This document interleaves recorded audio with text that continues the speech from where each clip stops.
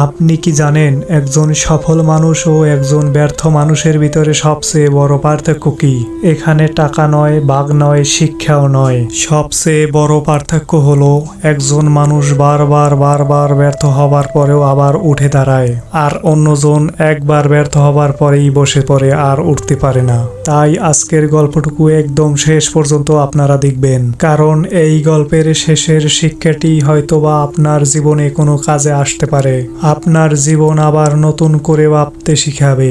এরকমের সুন্দর সুন্দর ভিডিও দেখতে অবশ্যই আমাদের অদ্ভুত বাংলা চ্যানেলটি লাইক ও সাবস্ক্রাইব করে সবসময়ের জন্য আমাদের সাথে থাকবেন এবং সাবস্ক্রাইব করে রাখবেন সবার আগেও ছাড়ার সর্বপ্রথম আপনাদের কাছে যে ভিডিও পৌঁছতে পারে।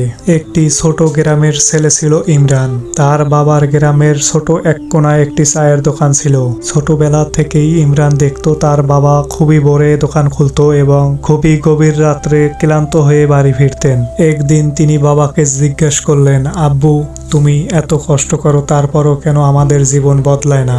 তার বাবা মুচকি হেসে বললেন, বাবা, শুধুমাত্র পরিশ্রম করলেই হয় না, পরিশ্রমের সাথে সঠিক চিন্তাও যোগ করতে হয়। শুধুমাত্র এই একটি বাক্য ইমরানের জীবন বদলিয়ে দিল।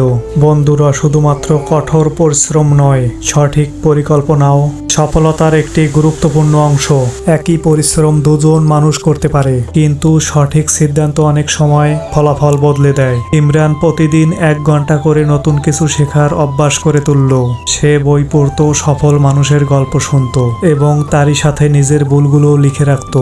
1 বছর পরে সে বুঝতে পারলো তার চিন্তাভাবনা আগের মতো নেই, কারণ মানুষ যত শেখে তার দৃষ্টিভঙ্গিও তার চেয়ে বেশি বদলায়। প্রতিদিন নিজেকে যদি আপনি 1% করে উন্নত করতে পারেন, তাহলে 1 বছর পরে আপনি অনেক এগিয়ে থাকবেন। ছোট ছোট উন্নতিগুলোই বড় পরিবর্তনের সুযোগ। এরপরে ইমরান একটি ছোট ব্যবসা শুরু করলো। প্রথম মাসেই লোকসান হলো।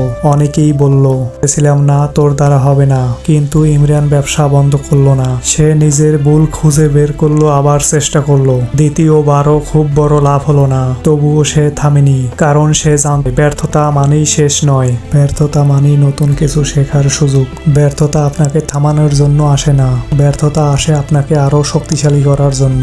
যে মানুষ ব্যর্থতা থেকে শিক্ষা নেয়, তার সফল হওয়ার সুযোগ অনেকটা বেড়ে যায়। 5 বছর পরে গ্রামের মানুষ অনেকটা অবাক হয়ে দেখলো ইমরানের সেই ছোট ব্যবসাটি এখন অনেক বড় হয়েছে।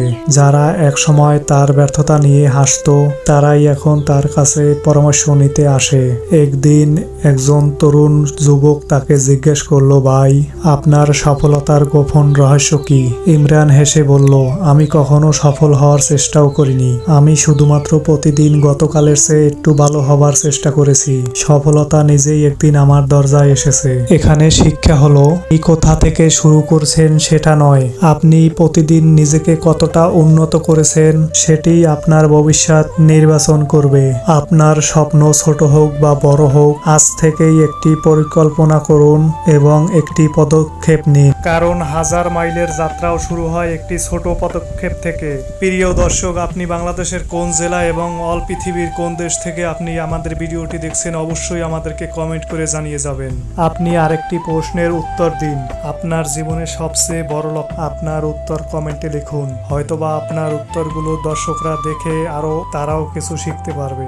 সব সময় একটি কথা মনে রাখবেন, সফল মানুষরা সব সময় জন্মগতভাবেই সফল হয় না, তারা প্রতিদিন নিজেদের অভ্যাস, চিন্তা এবং কাজের মাধ্যমেই সফল হয়ে ওঠে। আজকের ভিডিওটি যদি ভালো লেগে থাকে, অবশ্যই লাইক শেয়ার করে দিবেন এবং তারই সাথে অদ্ভুত বাংলা চ্যানেলটি সাবস্ক্রাইব করে রাখবেন।